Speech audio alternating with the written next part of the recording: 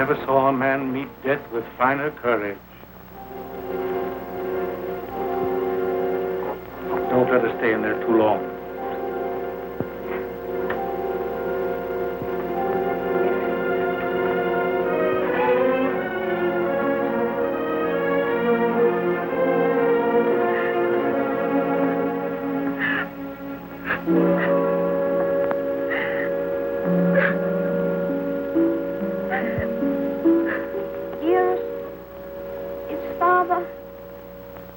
Well now? Yes, dear. He's well. He's quite well. We have no one left now but each other. No one at all. My baby.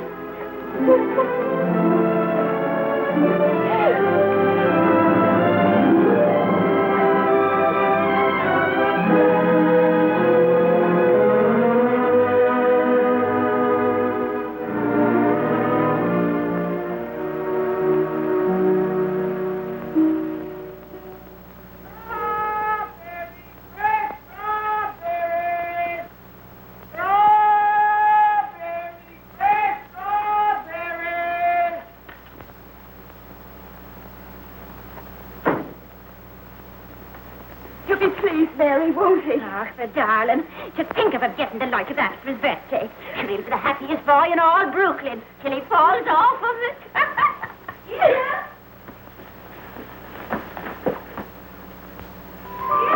All right, Betty. Oh, dearest. Look. Mary's brother, Michael, has made it for me. And Mary's given me this book. It's The Adventures of Robin Hood and His Merry Men. Listen. Facts, Violet. Touch made merry under your peril. However many you be, I defy you all. See, dearest, you're made merry, and I'm Robin Hood. They crowd around you. I'll never leave your side, however many there are. Oh, now, dearest, you cry out, help me, Robin Hood. Help me, Robin Hood. Help. Oh, it's no, I'm good. Help. There. Oh. Isn't that? You like it? Oh, my... Of all the events in my life, this is the most magnificent. Do you really like it, darling? It's what you wanted? It's exactly what I wanted. Oh, I do hope it is. Only you will be careful, won't you, and not let it run away with you or anything.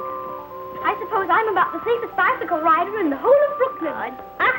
Do you mind that now, huh? No? Can I ride it now, dearest? Can I go now? Oh.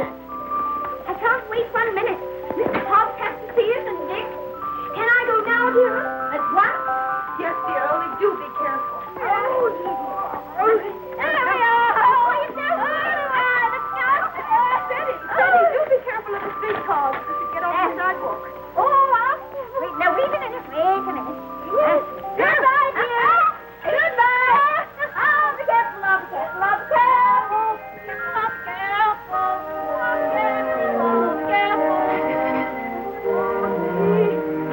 Good morning, Mrs. McGillicuddy.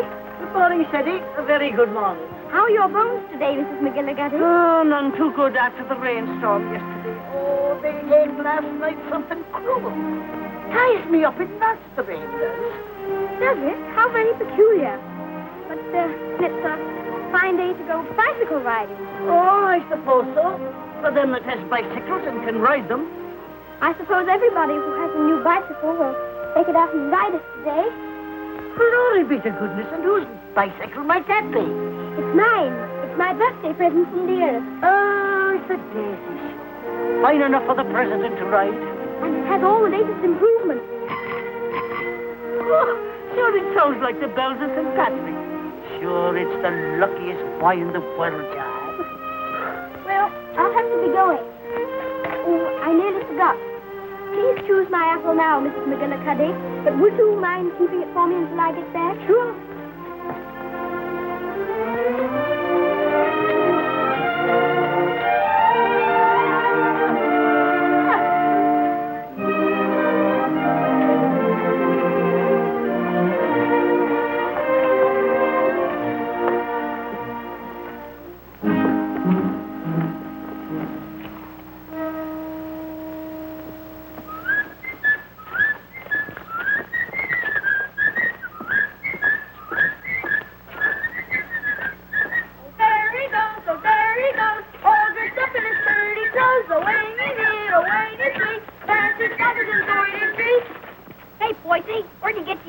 like it. I'd like to get by, please. Give us a little ride, will you, Bub? I'm sorry, no. Scared I'll get it dirty? No, but I'd rather ride it myself. Hey, English, when'd you get back from dear old London? I'm not English. I'm an American. Now, where'd you get that kind of gab? My father was English, if it's any of your affair. Oh, does your mother know you're out? Don't you dare talk about my mother. Mama said, Mama said, Mama said. I think you'd better take your hand off that wheel. Want to make anything out of it? I want to make you get out of the way. You don't dance, you sissy cat.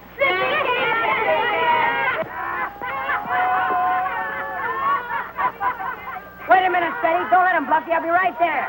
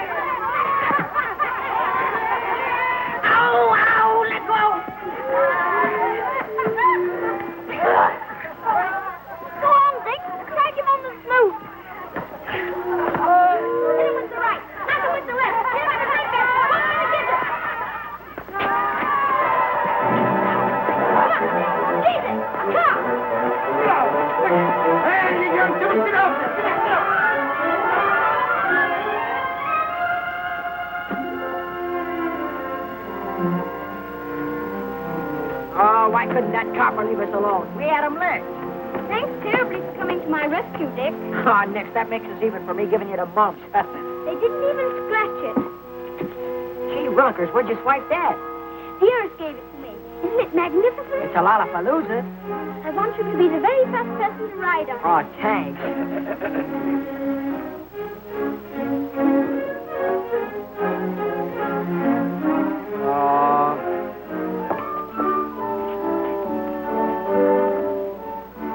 Thank you very much for your assistance, Mr. O'Brien. It's a pleasure, Freddie, my lad. Of course, I think we might have won anyway.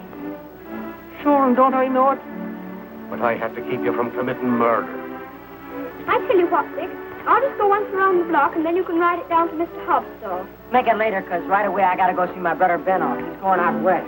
Who is he? Where? Texas? No, Chicago. Oh, that would be splendid. Riding Mustangs and shooting bears. There's my brother Ben now. Come on, Dick, I've got to leave. Well, come on down to Mr. Hobbs' store as quickly as you can.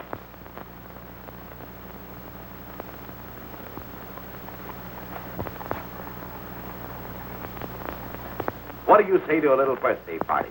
Ginger pop, cookies, and some candy. That would be perfect, Mr. Hobbs. Only, Only? well, Dick's coming very soon. And I was thinking, if we could wait. I guess there'll be enough to go around. There's a lump coming, I think. Quite a big one. What are you reading, Mr. Hobbs? That's the way they go on now. British aristocracy. I've got no use for them.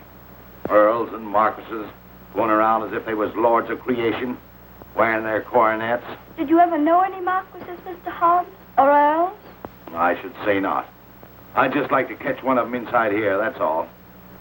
I'll have no grasping tyrants sitting around on my cracker barrels. Perhaps they wouldn't be earls if they knew any better. Oh, wouldn't they, though? They just glory in it. It's in them. They're a bad lot. Here you are, Dick. Just in time for Steady's birthday feast. Gee, Manetti, ginger pop and everything. Here's to your health, Steady. Many happy birthdays. Thank you very much, Mr. Hobbs. Why, Mary. Come on home, darling. The mistress is wanting you. Oh, glory be. Would you look at your face? I'm very sorry, Mr. Hobbs, but I shan't be able to stay for the feast. Is there anything wrong with Vera? Not at all. Sure, there's nothing the matter with her. What's happened, Mary? Now, don't be asking me any questions. Queer, strange things happening to us. If you forgive me, Mrs. Errol, you must not disregard the great position to which your son has fallen heir through the death of his uncle, your late husband's brother. But what it amounts to, Mr. Havisham, is that you want to take my boy away from me. Mrs. Errol, you must remember that I'm acting quite impersonally and simply as the lawyer of the Earl of Dorincourt. The Earl of Dorincourt disowned his son and has refused to recognize his grandson until now. Why should I give up my boy? I'm afraid I've been very stupid, Mrs. Errol. I should have told you. My instructions are that you shall accompany Lord Fauntelroy to England. Oh. However, I must remind you that Lord Dorincourt is not very friendly toward you. He's an old man and has always had very strong prejudices against America and Americans. He was bitterly opposed to his son's marriage. He's fixed in his determination not to see you. You live at the lodge, and a suitable income will be provided for you. The only stipulation is that you make no attempt to visit your son at the castle, nor even enter the park gates. There's your sister, Mary. Hello, Bridget. Why, what's the matter? Mrs. Michael, it's worse. There's no money. We can't pay the rent. I don't know what I'm going to do. Now, Bridget, I've more important things to attend to. I wonder what your husband's wishes would have been in this matter. You knew my husband? Yes, I knew Captain Errol well and liked him, as everybody did. He was greatly attached to his old home. Yes, I know. He, above everyone, would have appreciated what this means to your son, the very great advantages he'll have. Yes, you're right. My husband would have wished it. Mr. Havisham, I must ask you to let me tell Freddie about this in my own way and in my own time. He must never know his grandfather dislikes me. If he did, it would make it harder for them to be friends. Very well. Your son will thank you for this when he's a man. I hope his grandfather would love Freddie. He has a very affectionate nature and has always been loved.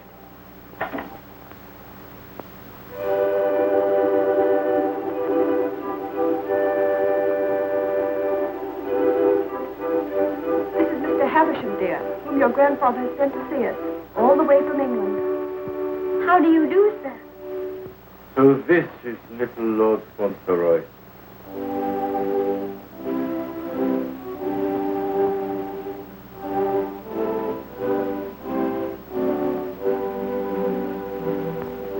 You see, dear, your grandfather has no more children now, and he's very lonely. So he wants us to go and live with him in England. Because he's an earl, and you are his heir, you will have a new name, Lord Fauntelroy. And someday you will be the Earl of Dorincourt. Oh, dearest, do I have to be an earl? None of the boys are earls. Can't I not be one? I'm afraid it can't be helped, dear. Just think, dear, soon we'll be starting for England. Do we have to go to England, dearest? I'd much rather not. Oh, what will Mr. Hobbs say?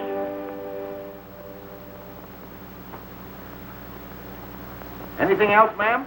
How much is your table butter? 13 cents a pound, ma'am. 13. Why, the last I bought was only 12.5 cents. That must have been last month. It's 13 today. Oh, indeed. Well, never mind the butter. Heavens and earth, if prices go any higher, we'll all starve to death. Say. Good day, ma'am. Hello, Sadie. What's the matter? Mr. Hobbs, do you remember what we were talking about yesterday morning? It seems to me we was talking about England. Yes, earls, don't you remember? Oh, yes. We did touch 'em up a little. That's all. You said you wouldn't have them sitting around on your cracker barrels. So I did. And I meant it, too. Just let 'em try it, that's all. Mr. Hobbs, one is sitting on this barrel now.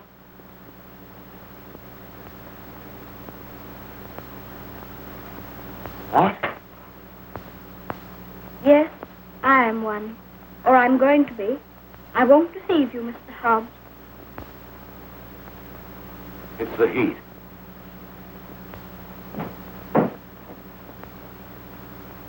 It is a hot day. How do you feel? Got any pain? Thank you, I'm all right. I'm sorry to say it's true, Mr. Hobbs. Mr. Havisham, he's a lawyer, came all the way from England to tell us about it. My grandfather sent him. I'm afraid, Mr. Havisham, our American food must seem very strange to you. A little, ma'am. I find that muffins are biscuits and biscuits are cookies. But the cooking's excellent. And after all, it's the company that makes a meal exquisite, not the food. Thank you, Mr. Havisham. When you're an earl, you'll give splendid dinners. One of the most beautiful castles in England. You know, I'm not sure I know exactly what an earl is. I think if anybody's going to be one, he ought to know, don't you? Would you mind explaining it to me? Well, someone is made an earl generally because he's done some service to his sovereign or some great deed. Oh, that's like the president. Oh, is it? Is that why your presidents are elected? Yes, sir. When a man is very good and knows a great deal, he's elected president. And they have talks like processions, with bands, and everybody makes speeches. I used to think perhaps I might like to be president, but I never thought of being an earl. Being an earl is rather different from being a president. An earl is generally of very ancient lineage. What's that? Very old family. Extremely old. Oh, that's like the apple woman. She's 100, I should think. She's of such ancient lineage, it'll surprise you how she can stand up. I used to feel sorry for anyone who's so poor and has such ancient lineage. She says hers has gone into her bones, and the rain makes it worse. When I said ancient lineage, I didn't mean old age. The first Earl of Dolincourt was created an earl hundreds of years ago. Well, that was a long time ago, wasn't it, Nurse? Yes, dear. Many earls have been very brave men and have fought in great battles. I should like to do that myself. My father was a soldier and a very brave man, as brave as George Washington. I'm glad earls are brave. That's a great fountain. Would you excuse me a moment, please? There's someone I must see. Oh, certainly, of course.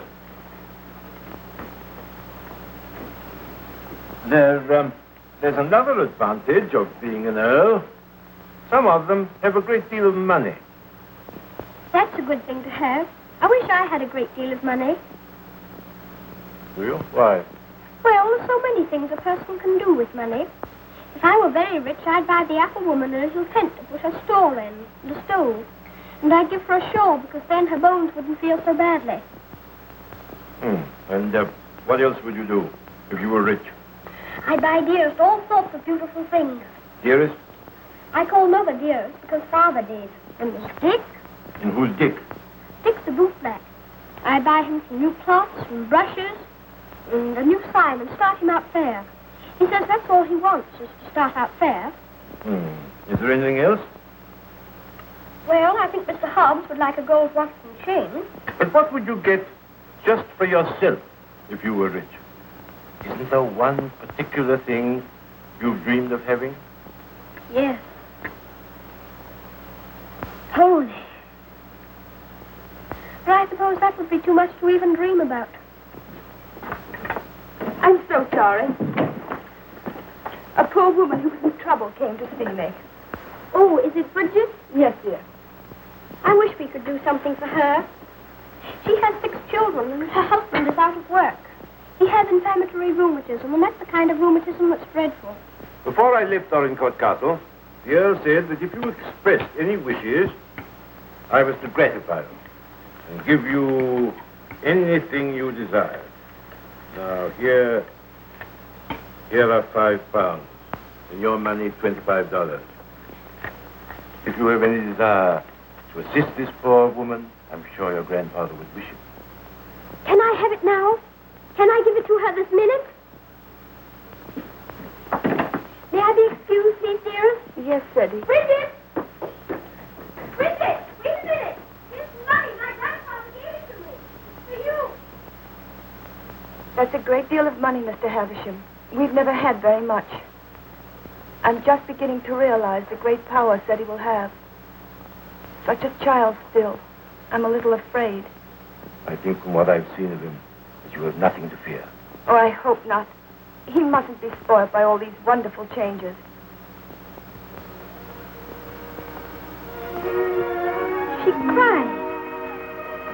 She said she was crying for joy. I never saw anyone cry for joy before. My grandfather must be a very good man. It's more agreeable being an earl than I thought it was going to be. In fact, I'm almost quite glad I'm going to be one.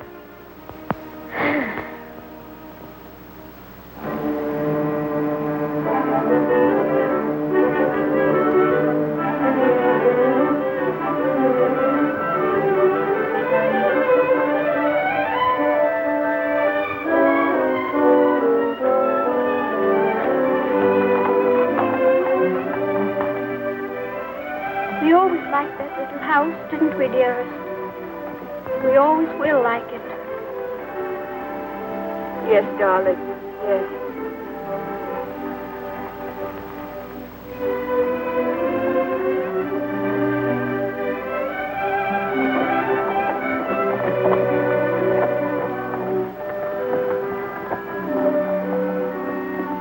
I've come to say goodbye.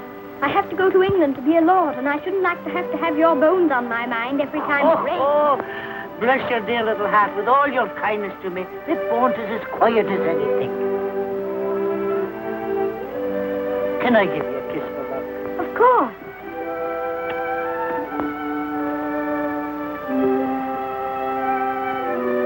Here's an apple to eat on the boat. Thank you very much. Oh, no, darling. Why should you pay? As my late husband used to say, this one's on the house. Thank you again. Well, goodbye. Goodbye, darling.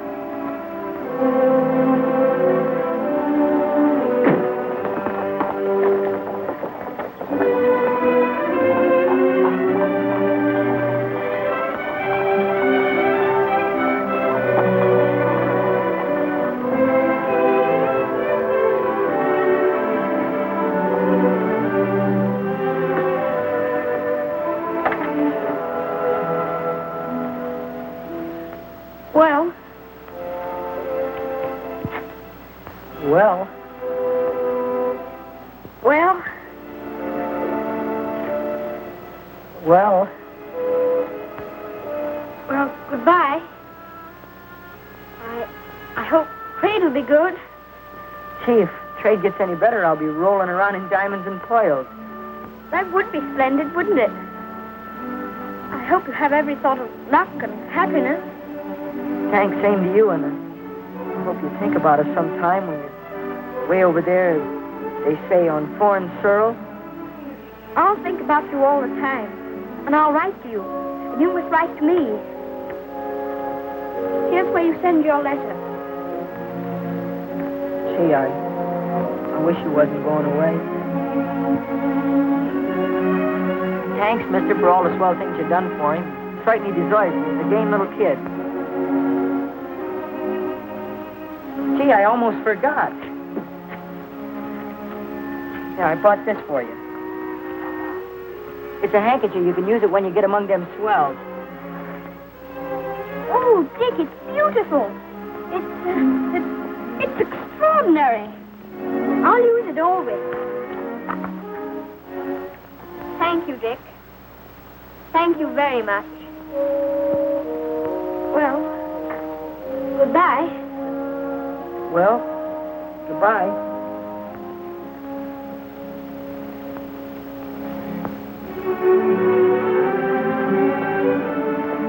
Would you mind very much not going in with me? I think this time I'd better be alone. Certainly, I quite understand.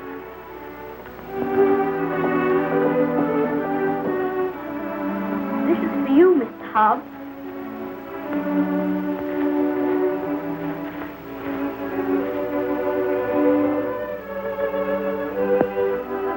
It'll look fine when you're smoking it. Why, Sadie, that's just what I wanted for a long time. This is my real present, Mr. Hobbs.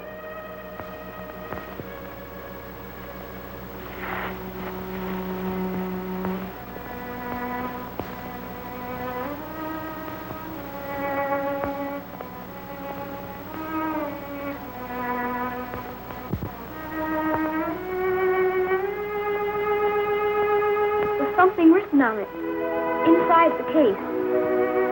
I told the man what to say. You read it.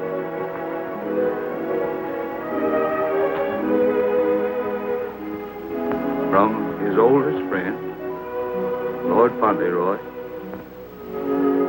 to Mr. Hobbs. When this you see, remember me.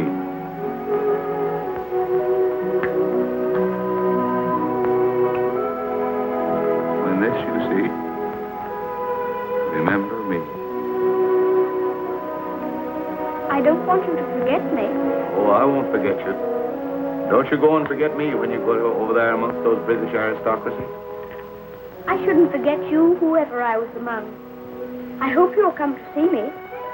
Perhaps my grandfather will write and invite you. You wouldn't mind him being an earl, would you?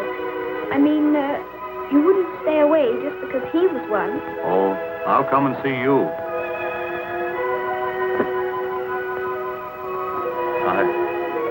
I won't be able to help myself.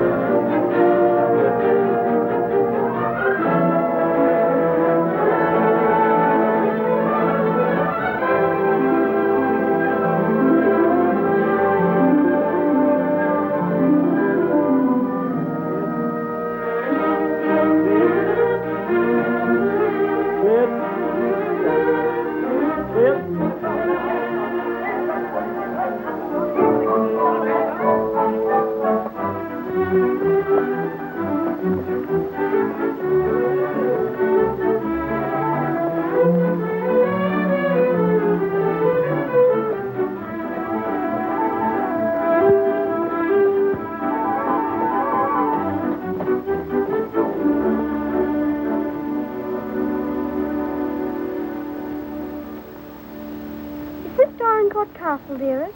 No, this is Court Lodge, where you're...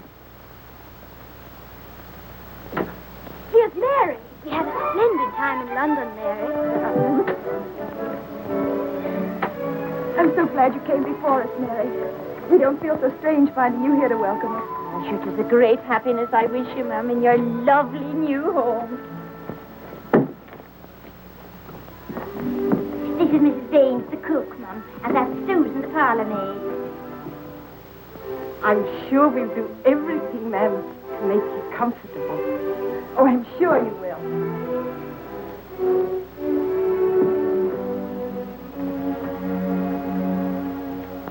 I must say goodbye. The carriage is waiting to take me to the castle. I must tell the Earl of your safe arrival. You needn't go tonight. I'd so like to have him with me my first night here. No, I'm sure Lord Dorincourt won't expect his grandson tonight. Tomorrow will be time enough. I dread so to tell him that we're not going to live together anymore. I'm a coward, I know. Putting it off so long, but it's the most difficult and most cruel thing I've ever had to do.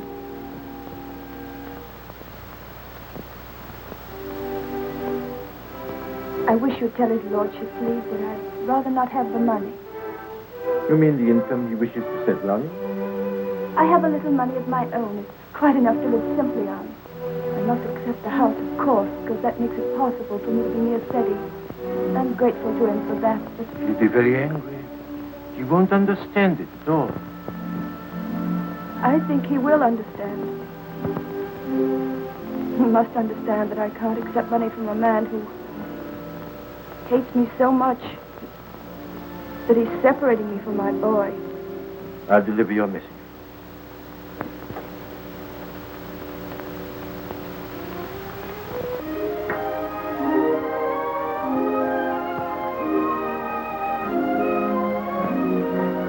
I think it's beautiful here. Don't you, dear?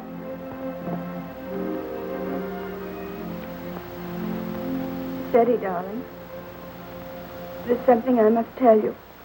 You're not going to understand it, I know. But I want you to believe me as you always have when I tell you it's for the best. Tomorrow, Mr. Havisham will take you to your grandfather, and you will live with him at the castle. But I shall not go with you. This pretty house will be my home, and Mary will be here to look after me. But, dearest, you don't mean... You can't mean that we're not going to be together, just as we've always been. Oh, no, I can't. I couldn't. I won't. I won't. Steady. You must be brave and sensible. If there are some things you can't understand now, you'll understand them later. It's best for you to live there. There are good reasons why it is. You mean you want me to go away from you? Of course not, darling. But now you're growing older, and we must trust, help one another without asking any questions. You know, Sadie, your grandfather loves you, wants you to love him. He's so kind, he wants you to be happy and to make other people happy. But, dearest, I can't be happy without you. But you won't be without me all the time. I'm not far from the castle here. You'll run in and see me every day. You'll love the castle. There'll always be something new and interesting to tell me. And I'll have things to tell you. Oh, Steady, we'll have such good times together. We'll be finding things out, both of us. We'll be explorers. Yes. Like Mr. Stanley and Mr. Livingston. That'll be exciting. And every night, when it grows dark, I'll put a candle in the window to guide you through the jungle, Mr. Stanley.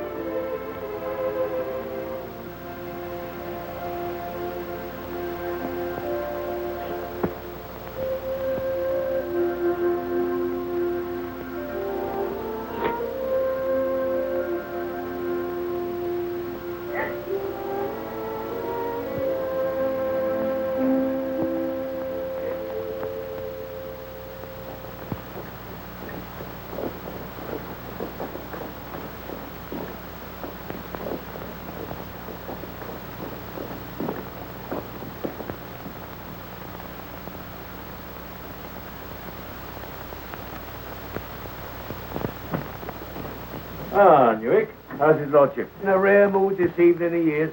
He told me to evict all the tenants if they weren't paid up. Oh, I dare say that'll be a job to your liking.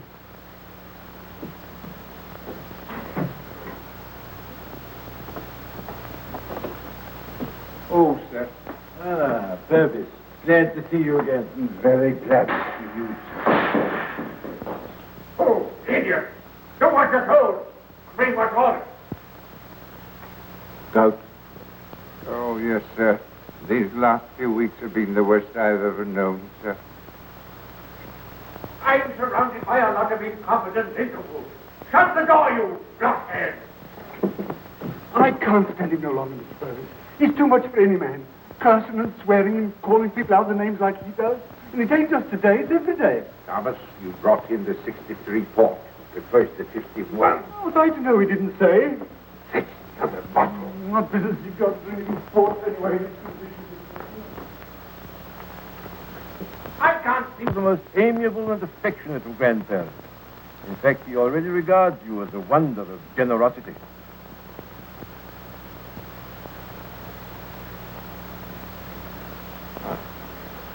It does, huh? I would suggest, my lord, that Fauntelroy's impressions of you depend entirely upon yourself. I make a further suggestion, that you'll succeed better with him if you take care not to speak slightingly to him and his mother. Wait only 9. Nevertheless, those 9 years have been spent at his mother's side. She has all his affection.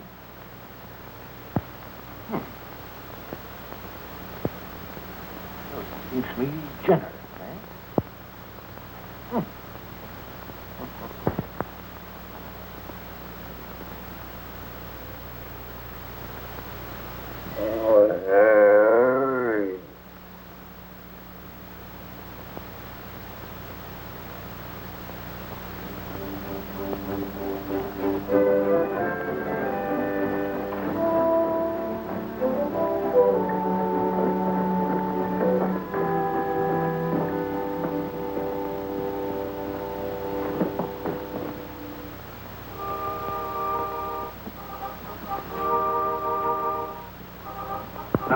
David, this is Lord Fauntelroy. My lord. How do you do? Thank you, my lord.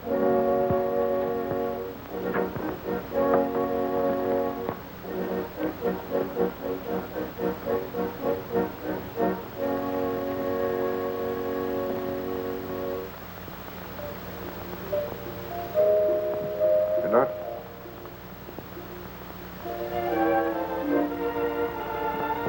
This is Lord Fauntelroy. Helen? Lord Fauntelroy, this is Mrs. Mellon, the housekeeper. How do you do, ma'am? I should know his lordship anywhere, sir. Yes, the captain's face and way. Oh, was it you who sent the cat? I'm ever so much obliged to you, ma'am. How do you do? Just wait, David, sir. Where's his lordship? In the library, sir. Lord Fauntelroy is to be sent to him alone.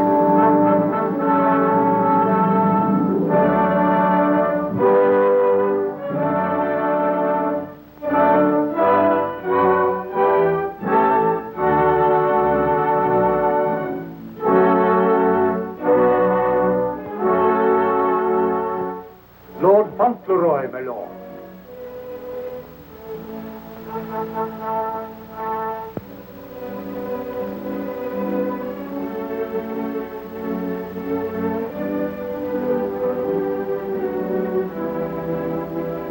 Dougal, come back, sir.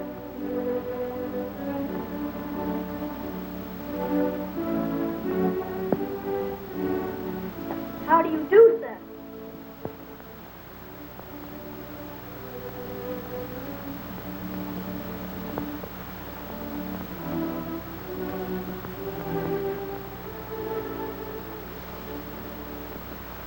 Are you the Earl? I'm your grandson that Mr. Heaventon brought. I'm Lord Fauntelroy.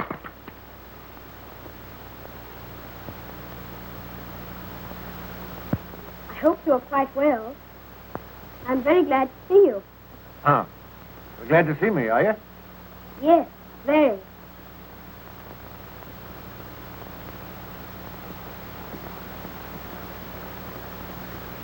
I kept wondering what you would look like if you'd be anything like my father.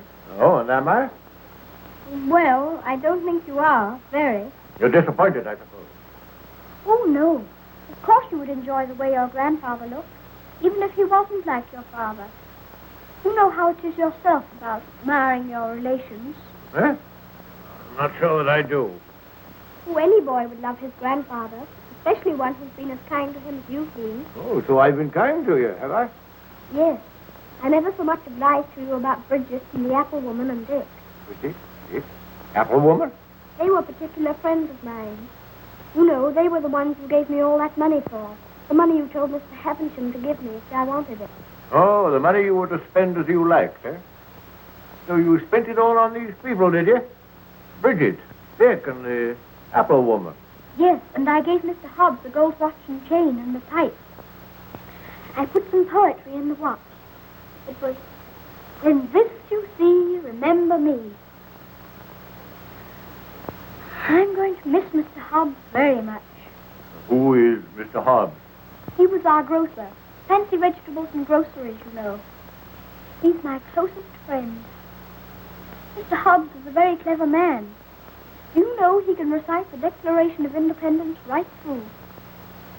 Oh, What's the matter? I just remembered you might not like to hear about the Declaration of Independence. I forgot you were an Englishman. Huh? You forgot you were English too, didn't you? Oh, no, I'm an American. You are English. Your father was an Englishman. I was born in America. You have to be an American if you're born in America. You Oh, don't... I beg your pardon for contradicting you. Mr. Hobbs says that if there's ever to be another war, that I should have to be an American. But I promised him that if there were to be another war, I should try to stop it. You would you? A very great friend. He was the best friend I had, except...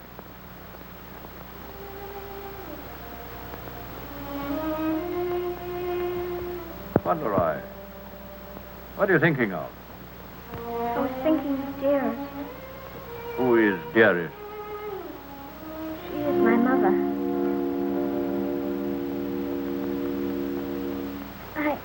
I think I'd better get up and walk up and down.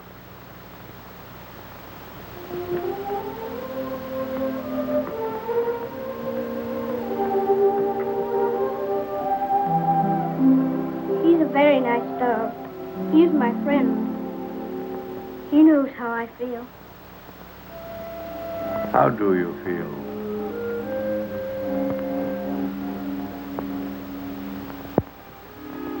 Come here.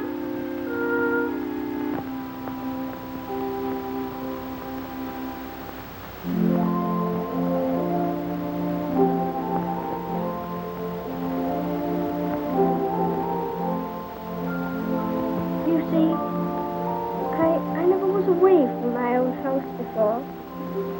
It makes a person feel a strange feeling when he has to stay all night in another person's castle instead of his own house.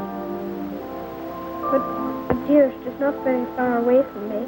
She told me to remember that. And after all, I'm 9, you know. And I can look at the picture she gave me. Look, you press the spring and it opens, and there she is.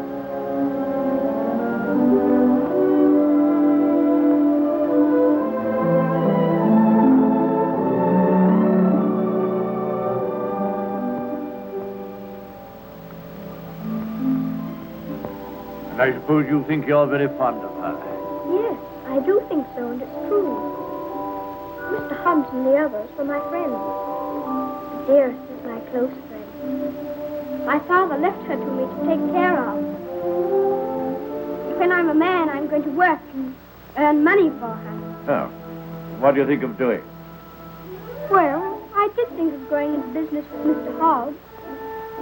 But I should like to be president. We'll send you to the House of Lords instead. Well, if I couldn't be president, and if that's a good business, I shouldn't mind.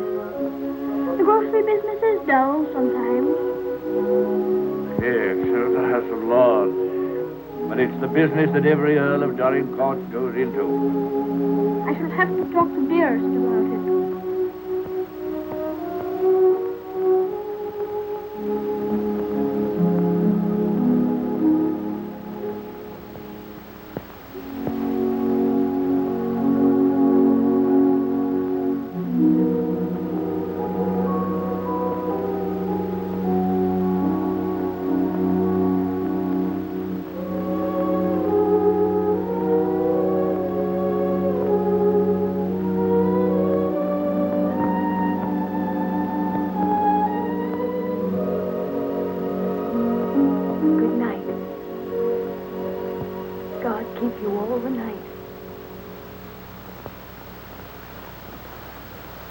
Morning, Thomas. Good morning, sir.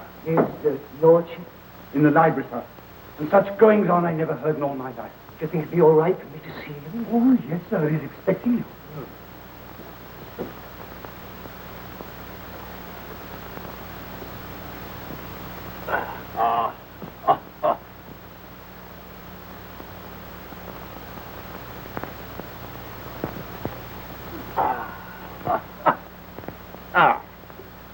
Morning, Mordaunt.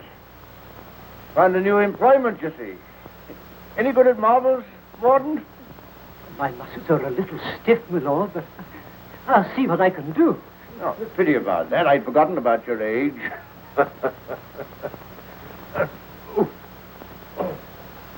This is the new Lord Fauntelroy. Fauntelroy, this is Mr. Mordaunt, rector of the parish. I'm very glad to make your acquaintance, sir. I'm delighted to make your acquaintance, Lord Fauntelroy. Well, what is it this morning, Mordaunt? Who's in trouble now? It's one of your tenants, my lord. Higgins at Edge Farm. Joyce has told him that if he doesn't pay the rent, he must leave the place. The bad tenant. Always behind you, he tells me. He's devoted to his wife and children. If the farm is taken from him, they may literally starve. That's like Michael. Oh, forgot we had a philanthropist here. Come here. What would you do in this case? Well, if I were very rich, I should let him stay and give him things for his children. Nonsense. You're Lord Fauntelroy. Time you learn to deal with these situations. You can write, can't you? Yes, but not very well. Well, go over to the desk and write Newick his orders.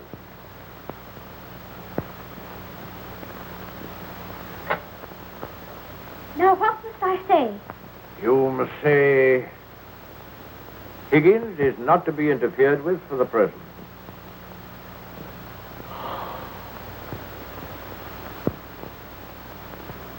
And sign it Fauntelroy.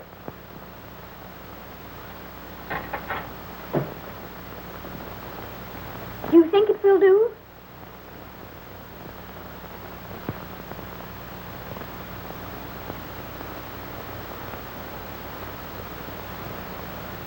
Yes. Higgins will find it entirely satisfactory. Mr. Hobbs always signed his letters that way, and I thought I'd better say please. Is that exactly the right way to spell interfered? Well, it's not exactly the way it's spelled in the dictionary, but... I was afraid of that. Yes, Higgins won't complain of the spelling. I think you must be the best person in the whole world. Don't you, Mr. Mordaunt? I shall write and tell Mr. Hobbs. Oh, and what'll you tell him? I shall tell him I think you're the kindest man I ever heard of. And that you're always thinking of other people and making them happy. And that I hope when I grow up I shall be just like you. Just like me. There you are, Morden. Take that with you. I will indeed. This is good news. Thank you, my lord. Oh, don't thank me. Thank Fauntelroy. Thank you. Goodbye, sir. Goodbye.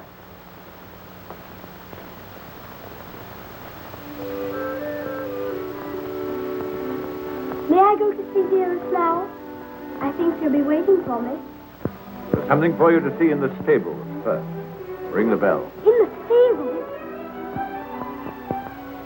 If you please, I'm very much obliged, but I think I'd better see it tomorrow. She'll be expecting me all the time. Oh, very well. We'll order the carriage. And you don't care to see what's in the stables? Oh, I do, I do. Oh, it doesn't matter. It's only a pony. Pony? Whose pony is it? Yours? Mine? Yes. Oh, I never thought I'd have a pony. I never thought that. How glad dearest will be. You give me everything, don't you? Wouldn't you like to see it? Of course I want to see it. I want to see it so much I can hardly wait. But I'm afraid there isn't time. You must see your mother this afternoon. You can't put it off till tomorrow? Why, she's been thinking about me all morning. And I've been thinking about her. Oh, you have you? I'll ring the bell.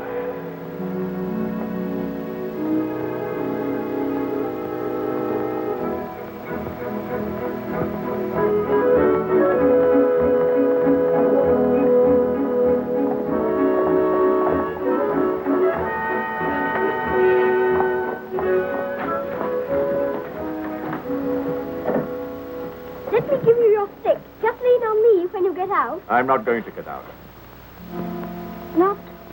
Not to see dearest? Yes, well, excuse me. Go and tell her that not even your new pony would keep you away.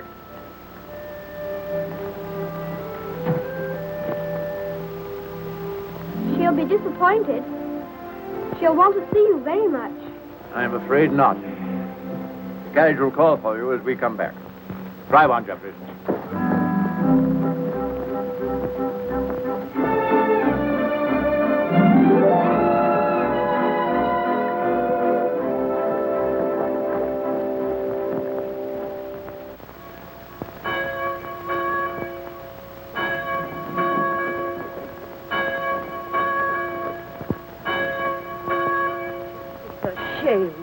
Parted from his own mother.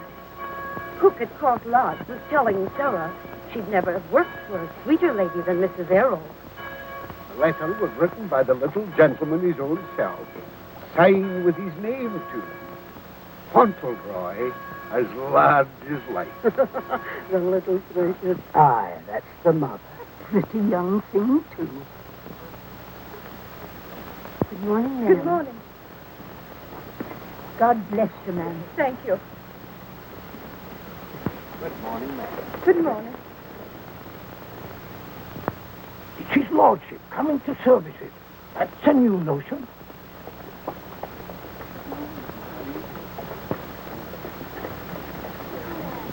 They say even his gout's improving. Look at the young lord. He's Captain Cedric all over again. He's the captain's stuff to the life. How glad the people are to see you. Take off your hat, Fauntelroy. They're bowing to you. To me? How do you do? Good morning, Lord. God bless your lordship. Long life to you. Thank you. Morning, Lord.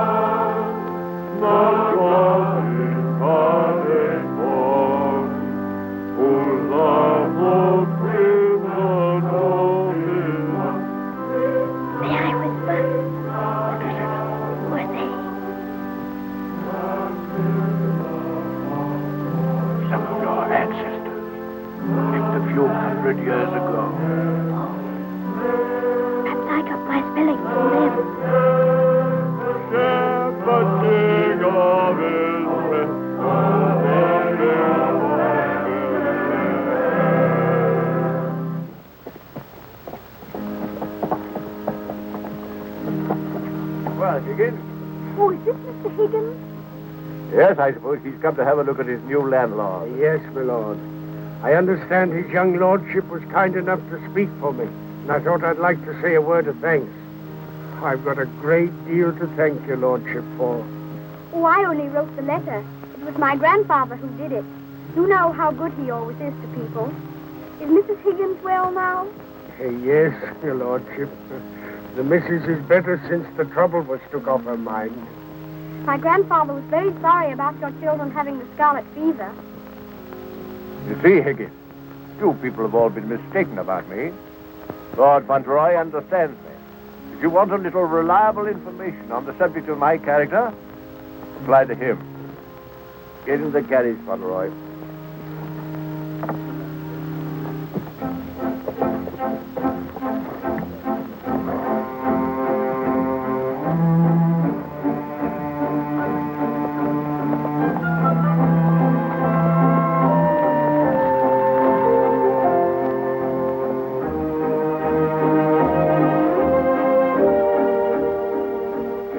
Mother very much?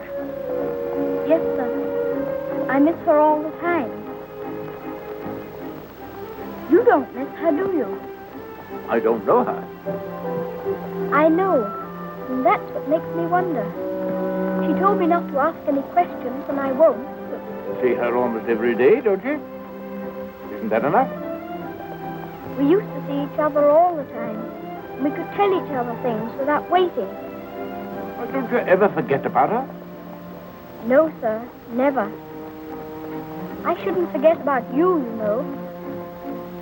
If I didn't live with you, I should think about you all the more.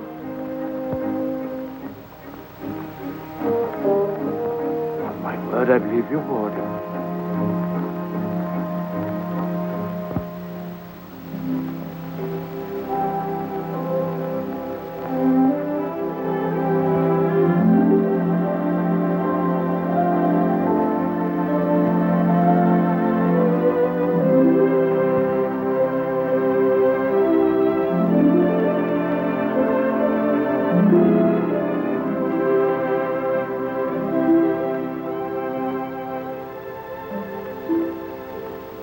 He is such a good Earl, he reminds me of you.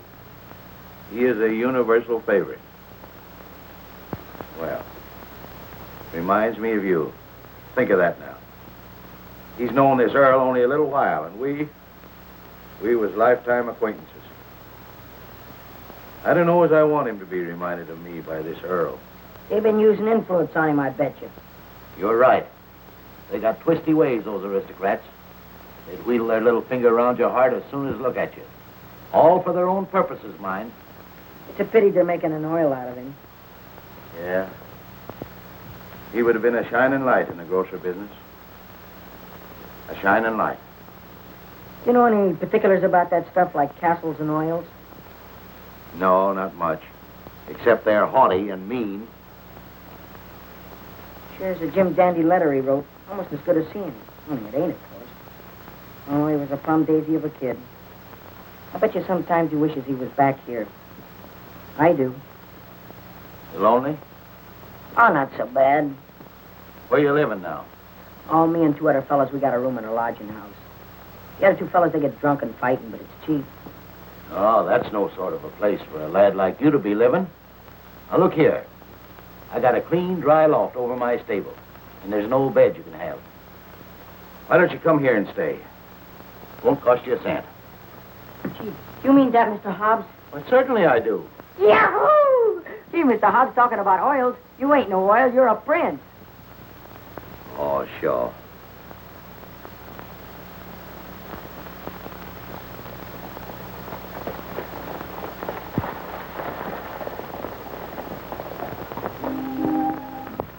I wonder whether he will have an American accent. My dear, won't it be interesting if he has the Dollingcourt eyebrows? When do we see the mother? I believe she's supposed to be kept in the background.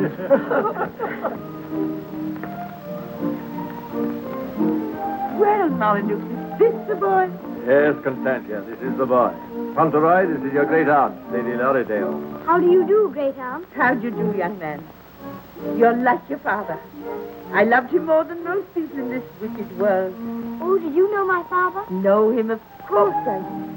Oh, then you must be dearest. She will enormously like to talk to you about him. You see, I was the only one she could talk about him to who knew him.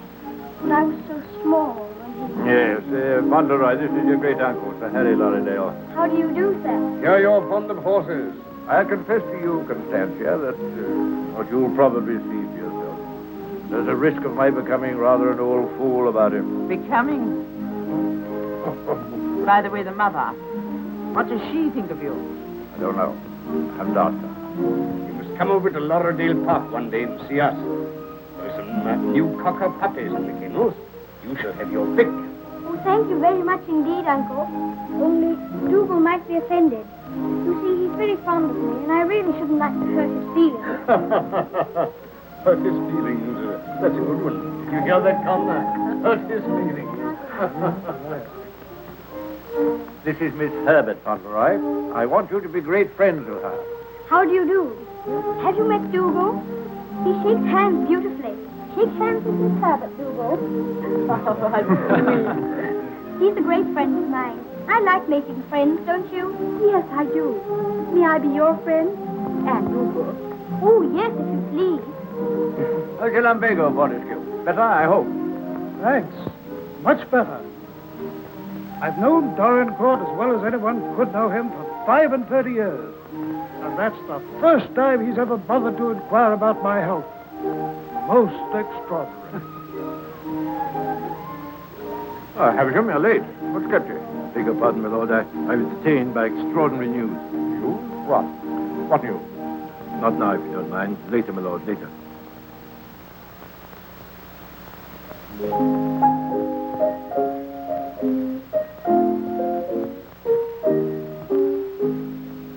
The young May moon is beaming, love.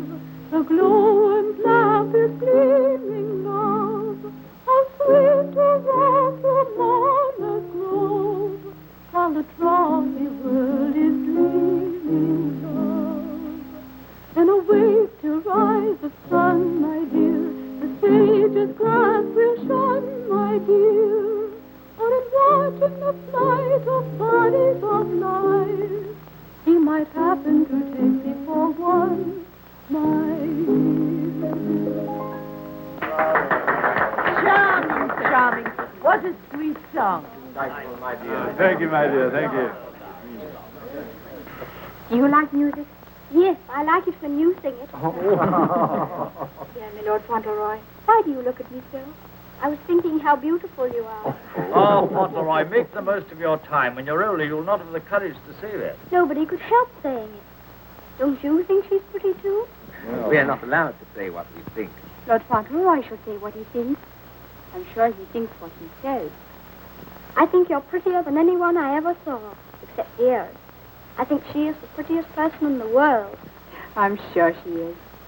And I must tell her how kind you've been to me. I never was at a party before, and I've enjoyed myself so much. Oh, I beg your pardon.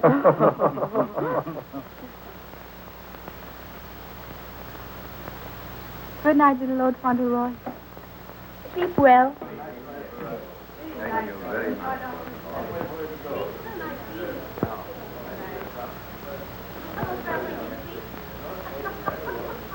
Good night. So glad you came.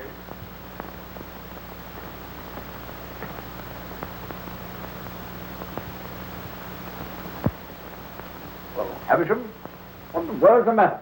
Something serious must have happened to make you behave like this. What is it? It's bad news. The very worst of news, my lord. I'm sorry I have to be the bearer of it. Why do you look at the boy so? You hang over him like a bird of ill omen. Has it anything to do with Fauntelroy? My lord, I waste no words. My news has everything to do with him. If we're to believe it, it's not Lord Fauntelroy who lies asleep before us, but only the son of Captain Errol. The present Lord Fauntelroy is the son of your boy Bevis, and at this moment is in a lodging house in London. What do you mean? You're mad. It's a lie. An abominable lie. If it's a lie, it's painfully like the truth. A woman came to my chambers this morning and told me that she married your son Bevis in London 11 years ago. She showed me the marriage certificate. The child was born shortly after Bevis deserted her and was taken by her to America. Oh, the woman's obviously an impostor.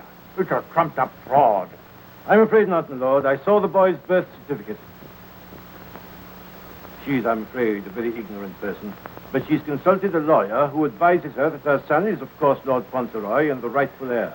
She demands that his claim be immediately acknowledged. I'll protest this to the last. I'll disown Bevis, his boy. I'll have nothing to do with him or his mother. You can't disown him, my lord. Nothing we can do can keep the eldest son's child from his inheritance.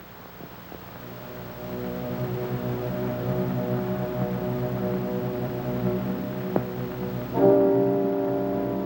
woman you say is an ignorant, vulgar person, eh? She can hardly spell her own name. She's obviously uneducated and openly mercenary. And I objected to his mother.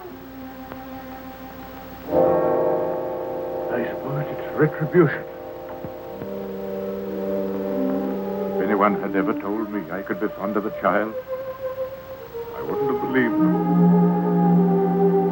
I always detested children. I owe them more than most. But I'm fond of him. Oddly enough, He's fond of me. You know, Havisham, I'm not popular. I never was. But he's fond of me. Never was afraid of me. Always trusted me. Yes, Havisham. He'd have filled my place better than I filled it. He'd have been an honor to the name. You rang, my lord? Take Lord Fauntelroy to his room.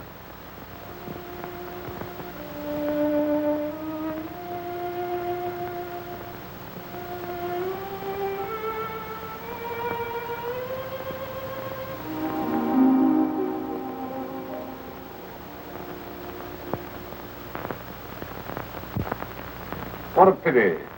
The boy's a thoroughbred if ever there was one. I suppose you may say it's a judgment on Molyneux. But that boy, the first human being he ever loved. Will Molyneux take the case to the courts, do you think?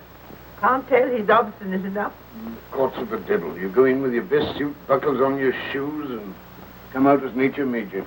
Bless my soul, Constantia. Whoever would have dreamed that I'd have felt sorry for the old boy? I wouldn't have minded our having a boy like that, Harry. Yes.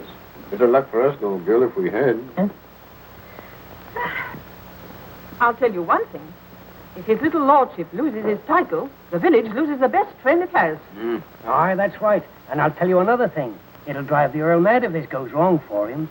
Why, he's been so proud of the boy, you'd hardly believe it if you knew him for what he was before. And the new one's no lady, that's sure. Bold-faced thing, that's what she is. The dark-eyed, brazen-faced wench. Is the Earl coming now with Mr. Havisham?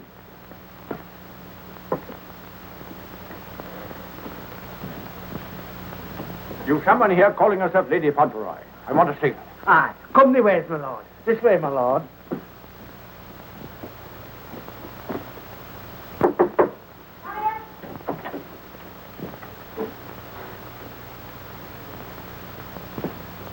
Earl of Dorincourt.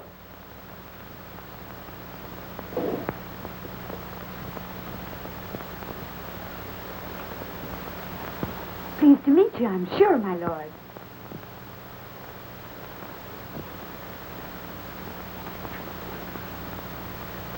Bevan?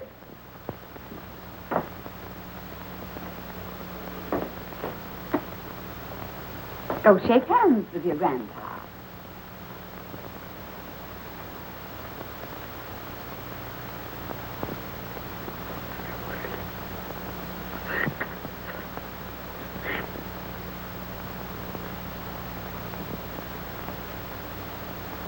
So that's the way you're going to treat your grandson, is it? Ah, you needn't try to look so fierce about it. He's your grandson, all right. Yes, my lord. We have proof of the young gentleman's birth.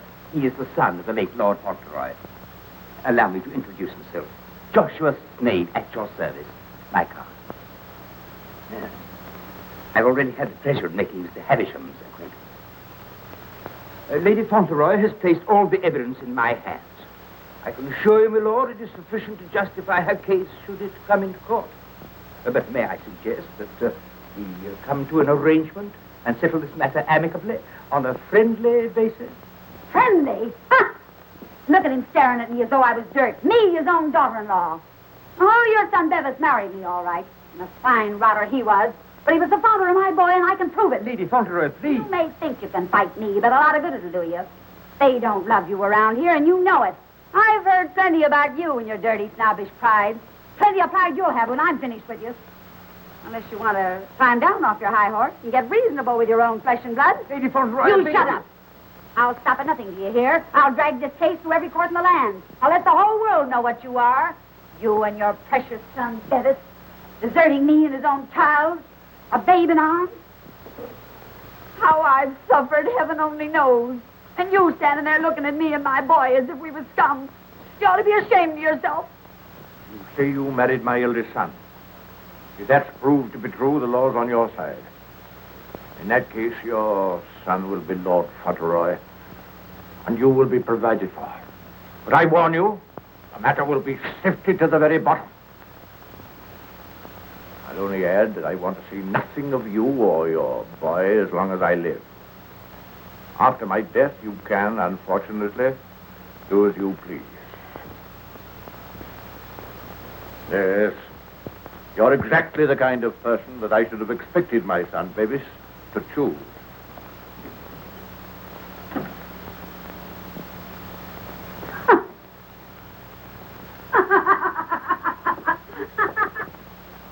I'm afraid, Dorincourt, there can be no two opinions. At least that's how I see it. You agree, Semple? Yes, I'm afraid we can see it no other way. But it's monstrous. That woman, that boy, are utterly unfit. Alas, the law can take no cognizance of such things. I sympathize, Dorincourt, more than I can say. Sympathize? What's the use of that? If we take it to the courts, you think there can be only one result? I'm afraid so. The birth certificate, everything we have, point the same way. If you take it to court, you'll have the expense and the notoriety, and only, I fear, one possible result. Perhaps the boy won't turn out so badly as you fear. Perhaps you can do something with him. That boy? That oaf?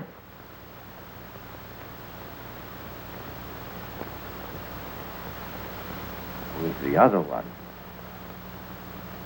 Yes. Well, I have no other course but to accept your judgment. Come, Havisham. Thank you, Lord. And you, Mr. Semple.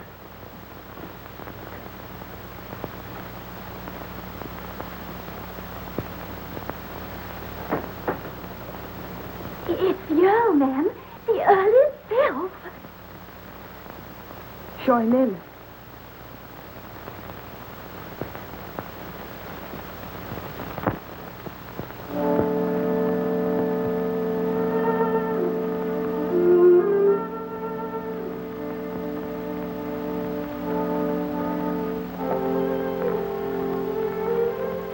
Mrs. Errol, I believe. Yes, I'm Mrs. Errol. I'm Lord Dorincourt. The boy is very like you. People have often said so. I'm glad to think he's like his father, too. Yes, he is. Like my son. Won't you sit down? Thank you.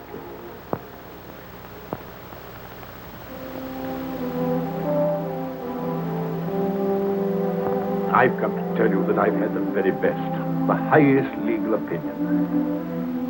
I'm sorry. This outrageous woman and her child. Perhaps she cares for him as much as I care for Seddy, my lord. Her son is Lord Fauntelroy. Mine is not. Yes, I'm afraid you're right. Perhaps you would prefer that Teddy should not be the Earl of Dorincourt. It's a very magnificent thing to be the Earl of Dorincourt, my lord. I know that. But all I care about is that Seddy should be what his father was. Brave, just, and kind, always. A striking contrast to what his grandfather is, eh? I haven't had the pleasure of knowing his grandfather. I know my little boy believes. I know that Seddy loves you. Would he have loved me if you told him why I didn't receive you at the castle? No? Honestly, I think not. That's why I didn't wish him to know. Well, there are very few women who wouldn't have told him. Yes, Teddy is fond of me. And I'm fond of him. I can't say that I was ever fond of anyone before. But he pleased me from the first. I'm an old man. I was tired of my life. But he's given me something to live for. More than that. More than that. I'm proud of him. I was satisfied to think that one day he'd be taking my place as head of the family. I'm miserable. Miserable.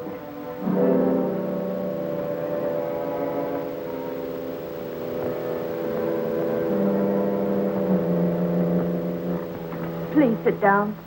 You've been so much trouble, you must be tired. And you need all your strength. Thank you.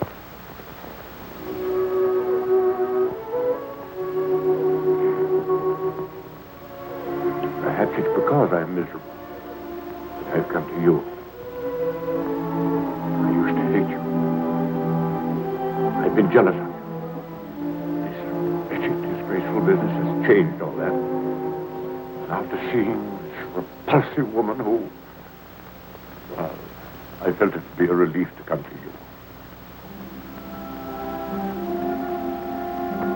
I'm an obstinate old fool, I suppose. I know I've treated you badly. But I've come to you because the boy cares for you. And because I care for him.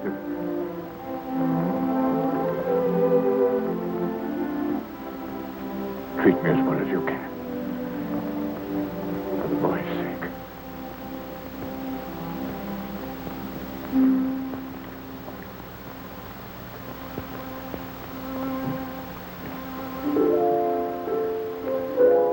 Whatever happens, he shall be provided for. Sadie shall be taken care of now and in the future. Always. Thank you. You like the house? Oh, very much. It's a cheerful room. May I come back again and talk this matter over? As often as you wish.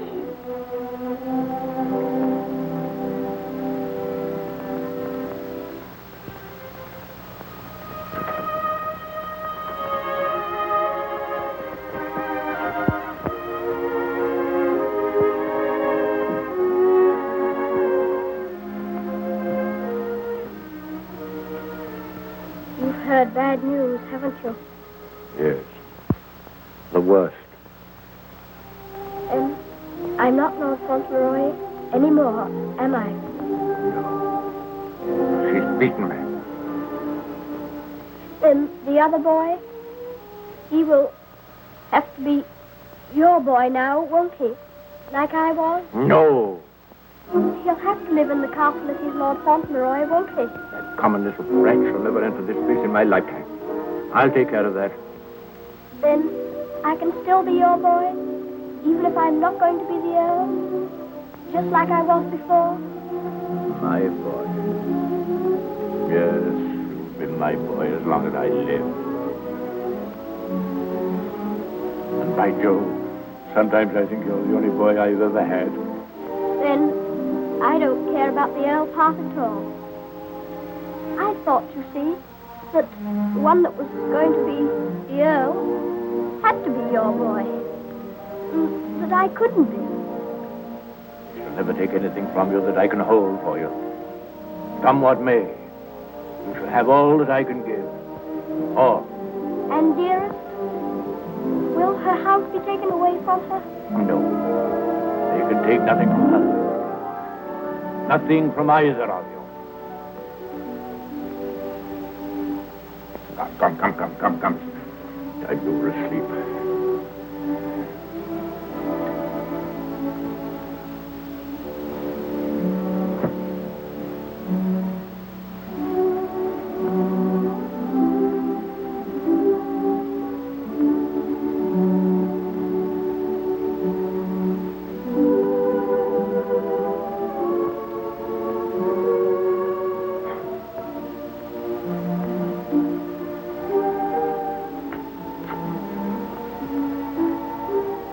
Good night, Grandfather. Good night, my boy.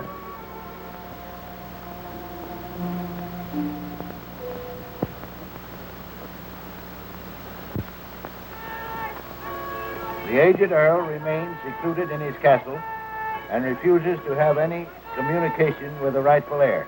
Oh, we know that stuff. They've been printing that for the past week. Is there anything new about SETI?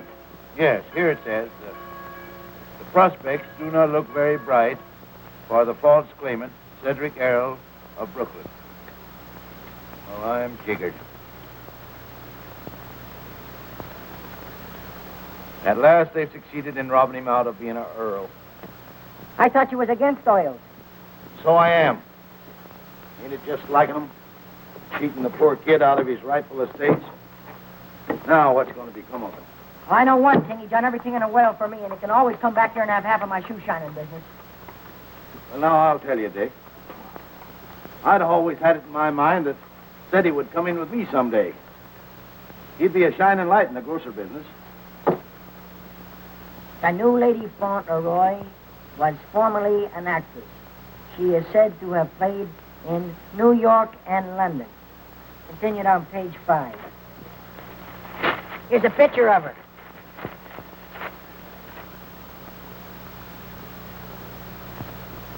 Holy mackerel. What's the matter? Here, look at this. It's her. Her? She ain't no aristocrat, she ain't. I know her as good as I know you. It's Minna, Ben's wife. Your brother? Sure. You mean it's some kind of hocus pocus? Sure I do. Well, I'm jiggered. She was married before, but I never heard of her having no other kid but Ben's kid. You mean the one Ben went out to Chicago to look for? Sure. Maybe she had another kid in England. Maybe she did and maybe she didn't. We'd ought to do something about this. Dead right we got it. But we got to get the proper advice. Gee, I wished I knew Alderman Murphy. I know Alderman Murphy. You do? Yeah, come along. Let's go right now. Them Earls, they've always had a spite against us Americans ever since the Revolution. What a place. What a hole. I'm sick to death of it. Cooped up here, week in and week out with nobody to talk to. You're complimentary. I wasn't meaning to be. And grateful. You're getting your money, aren't you? Business is business, you know. Business. I'm sick of business. I want some fun. Why don't you go up to London for a while? London? Not on your tintype. Nothing but please that old devil up at the castle better than to see me clear out. Well, I'll stay here in this rotten country pub. But you've lived in worse places in your time, I've no doubt. That's none of your business. You keep a civil tongue in your head or I'll hand you your walking papers. I wouldn't. What do you mean? Just what I said. I wouldn't try anything like that, Minna. I'm Lady Fauntelroy to you. Come in. Why, it's Lord Dorincourt. Why, this is a pleasure, a real pleasure, I'm sure. Won't you take it? Hello, Minna. Why, hello, Dick.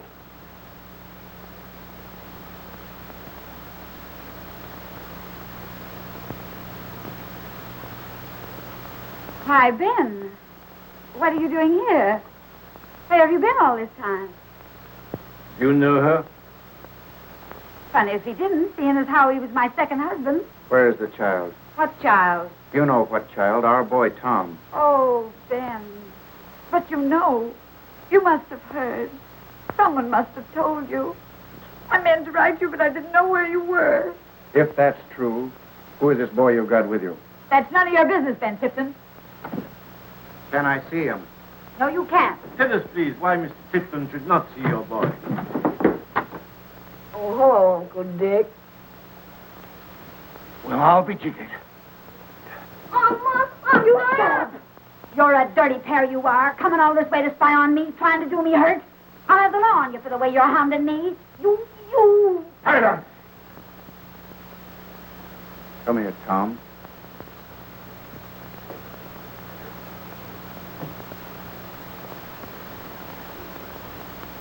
I knew nothing of this, my lord, I assure you. There's a little matter of a forged birth certificate. But I swear to you. Never mind, Havisham. I've had enough of this. Too much. The sooner the pair of you are out of this country, the better. Come on, Havisham. You'll be sorry for this, you will. It's prosecution, that's what it is. It's robbery.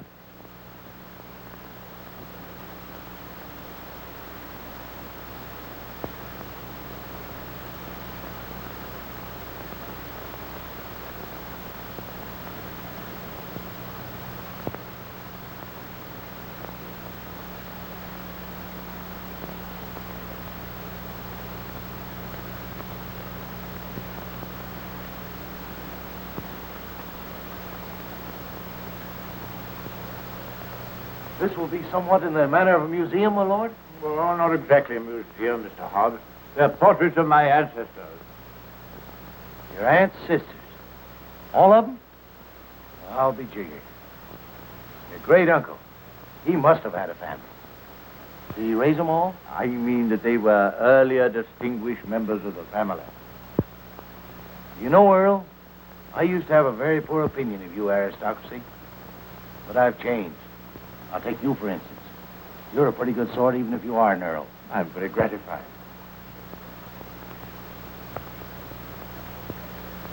A bit gay, wasn't he? Yes.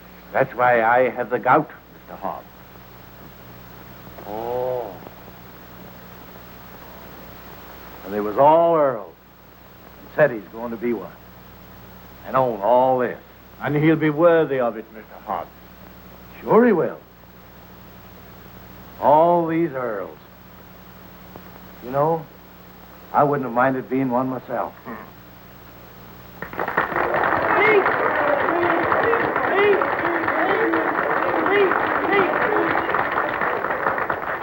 Thank you very much.